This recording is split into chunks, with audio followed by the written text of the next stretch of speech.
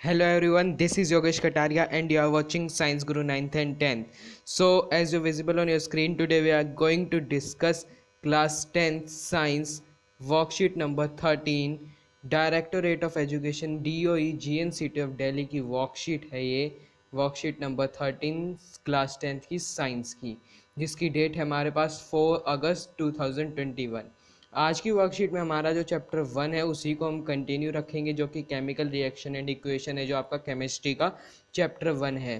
Chemical reaction and equation की को आज हम कंटिन्यू करेंगे और आज की वर्कशीट काफ़ी ज़्यादा इंपॉर्टेंट रहने वाली है सभी क्लास 10th के स्टूडेंट्स के लिए, क्योंकि आज की वर्कशीट में हम लोग बैलेंस करना सीखेंगे केमिकल इक्वेशंस को, जो कि आपके एग्ज़ाम में पिछले कई सालों से रिपीट होता हुआ आ रहा है क्वेश्चन। ये क्वेश्चन 2 से 3 नंबर का तो आ ही जाता है एवरी ईयर बैलेंसिंग करने का, तो ये काफ़ी ज़्यादा इम्पोर्टेंट टॉपिक है। और अगर आप मार्क्स के ना देखें तो आपको 11th और 12th में अगर आप साइंस लेंगे तो तब भी आपका बहुत काम आएगा ये टॉपिक। ठीक है, तो चलिए देखते हैं बैलेंसिंग करना सीखेंगे आज हम की आज की वर्कशीट में। सबसे पहले आपका एक 9th में आपने लॉज पढ़े थे दो, पहला लॉ ऑफ कंजर्वेशन ऑफ मास और दूसरा लॉ ऑफ कांस्टेंट प्रोपोर्शन। तो उसमें से जो law of conservation of mass है उसको हम लोग आज रिवाइज कर लेते हैं पहले थोड़ा सा, फिर बैलेंसिंग करना सीखेंगे। पहला लॉ ऑफ कंजर्वेशन ऑफ मास क्या होता है? Matter can neither be created nor be destroyed in a chemical reaction.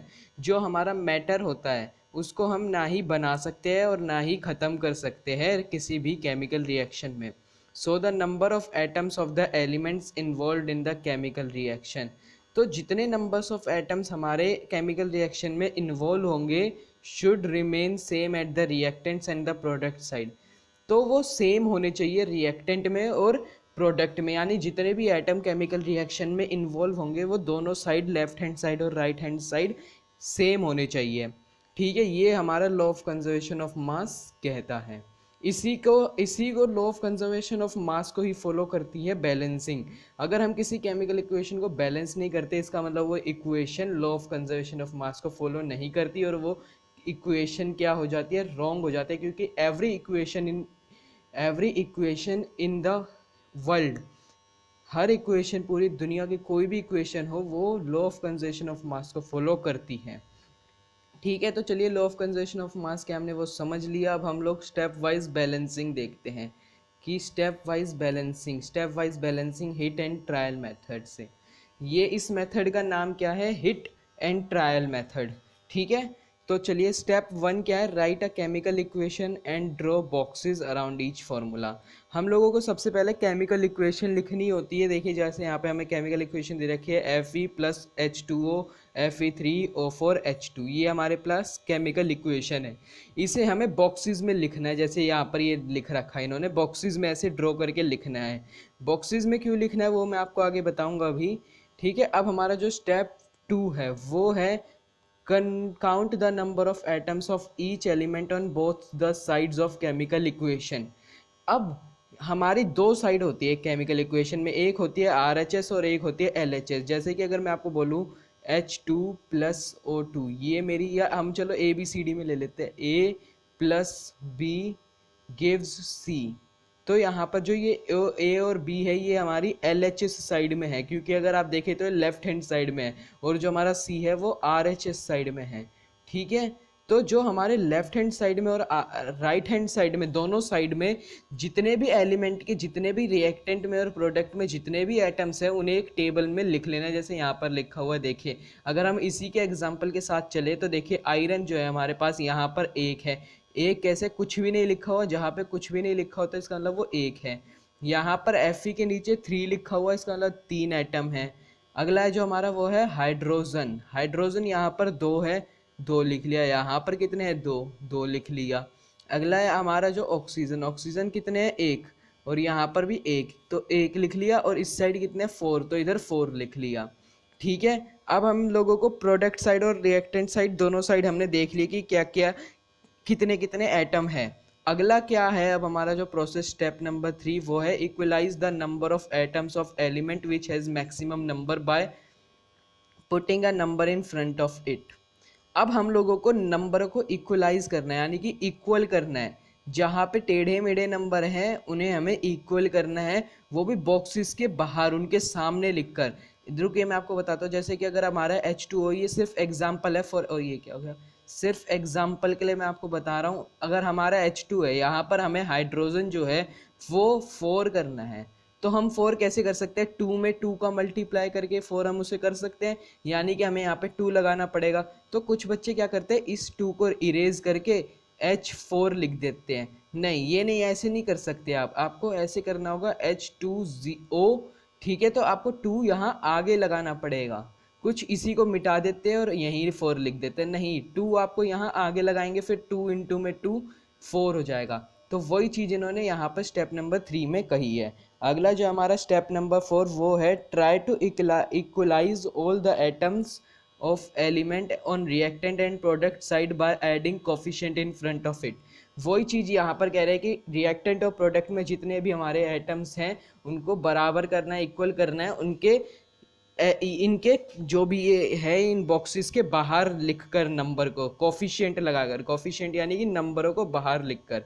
अब जो हमारा स्टेप 5 है वो है right the physical state of reactant and products. तो देखिए यहाँ पर इन्होंने अब बैलेंस कर दिया, मैं आपको ऊपर ही करके दिखा देता हूँ, इन्होंने बैलेंस करके नहीं दिखाया। ये देखिए आयरन कितना था 1 और यहाँ 3 था। तो सबसे पहले हम लोगों को क्या है, हाइड्रोजन और ऑक्सीजन जो है इन्हें एकदम लास्ट में करेंगे हम लोग बैलेंस। हमेशा आप ये याद रखिए, जो हाइड्रोजन और ऑक्सीजन है इन्हें कोशिश कीजिए कि लास्ट में ही बैलेंस करें, क्योंकि ये थोड़े अलग होते हैं, ठीक है। तो आयरन जो है वो 1 है और ये 3 है। यहाँ पर हाइड्रोजन दो हाइड्रोजन तो ऑलरेडी बैलेंस है, इसे तो देखना ही नहीं है। ऑक्सीजन है जो वो 1 है और यहाँ पर 4 है। तो चलिए सबसे पहले हम आयरन को बैलेंस करते हैं 1 और 3। तो यहाँ पर हम लोग 3 का मल्टीप्लाई कर लेंगे, आयरन है जो इसके आगे 3 लगा लेंगे, तो ये देखिए 3Fe बन गया, 3Fe। अब बचा हमारा ऑक्सीजन अनबैलेंस्ड है जो कि, तो यहाँ पर 4 है और यहाँ पर 1 है, तो हम इसके आगे 1 में मल्टीप्लाई 4 कर देंगे, यानी कि उसके आगे 4 लगा लेंगे। ऑक्सीजन यहाँ पर तो 4 है तो हमें यहाँ पर लगाना पड़ेगा 4।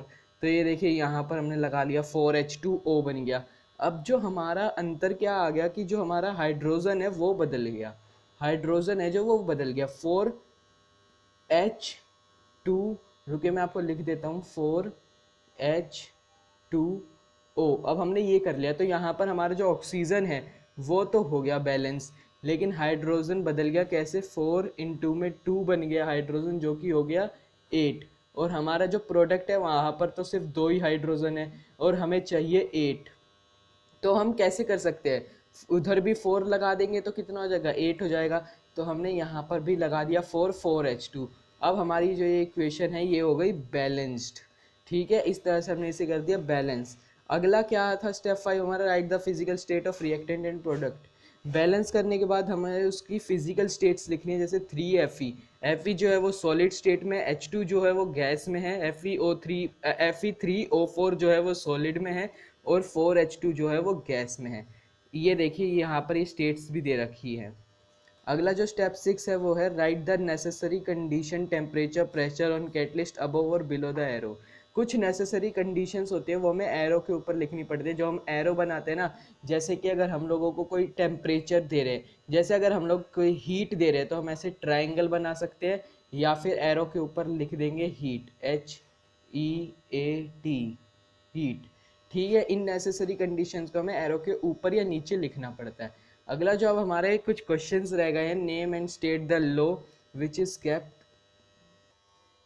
Name and state the law which is kept in mind when we balance a chemical equation. हमें उस लॉ का नाम बताना है जो केमिकल इक्वेशन को बैलेंस करते हुए हमें याद होना चाहिए, ठीक है। तो वो मैं आपको नीचे बताऊंगा। और यहाँ पर ये हमें कुछ रिएक्शंस दे रखे हैं, इनकी केमिकल इक्वेशन लिखनी है, वो भी बैलेंस। तो इन सब के आंसर्स मैं आपको भी नीचे बता देता हूँ, ठीक है। तो चलिए एक बार बैलेंसिंग हम लोगों ने अच्छे से सीख ली है एकदम अच्छे तरीके से। और हमारा जो पहला क्वेश्चन था वो यहाँ पर हमारा आ चुका है। पहला था name and state the law which is kept in mind when we balance a chemical equation. तो हमारा जो law of conservation of mass है ये हमें पता होना चाहिए किसी भी केमिकल इक्वेशन को बैलेंस करते वक्त।